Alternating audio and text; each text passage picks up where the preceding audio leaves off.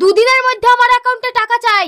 আরে তাহলে নতুন ফোন নাম্বার ভালোভাবে পটা, কারোর যদি গাফিলতি হয় তাহলে তার কপালে কষ্ট আছে।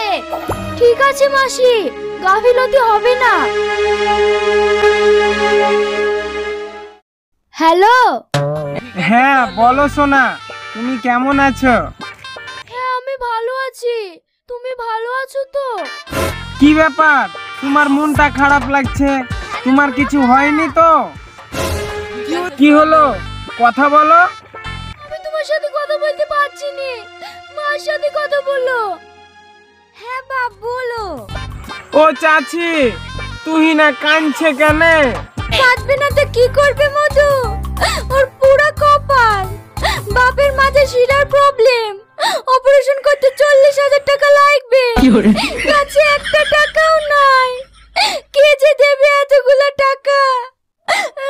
ও মা তুমি আর কাঁদো না, ফোনটা আমাকে দাও। ওগো আমি তো তোমার কাছ থেকে কোনোদিন কিছু চাইনি, এই 40,000 টাকাটা দিয়ে আমার আব্বাকে বাঁচাও না। ঠিক আছে তুমি কাঁদো না, তোমার ফোন পে নম্বরটা দাও, আমি এক্ষুনি টাকা পাঠিয়ে দিচ্ছি। ঠিক আছে শোনা, আমি হোয়াটসঅ্যাপে পাঠিয়ে দিছি। তোমার এই উপকারের কথা আমি জীবনেও ভুলবো না।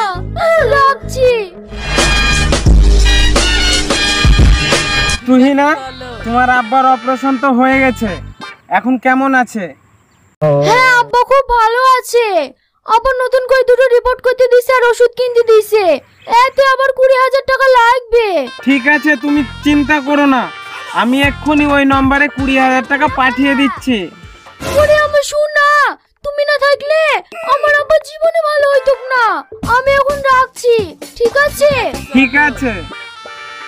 দুদিন ধরে যেই ছেলেটাকে ফোন করছি সেই ছেলেটা কি বলছে তাই বল।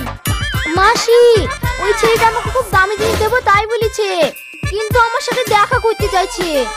ঠিক আছে, ফোন করে ডেকিলে বাগি বগি দামি জিনিসটা নি, পাছে লাথি মেরে তাড়ে দিবি। ঠিক আছে তাই করব। কখন থেকে তোমাকে খুঁজছি, ভালো আছো তো? হ্যাঁ ভালো আছি, তো বললো আমার জন্য কি গিফট নিয়ে এসছো, এক্ষুনি দাও।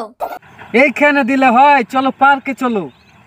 পার্কে যাব, রেস্টুরেন্টে যাব, সব জায়গায় যাব, আগে গিফটটা দাও তো। ঠিক আছে এই নাও। বাহ খুব সুন্দর তো চেনটা, আমাকে তুমি এত ভালোবাসো, চলো এবার পার্কে। ঠিক আছে চলো।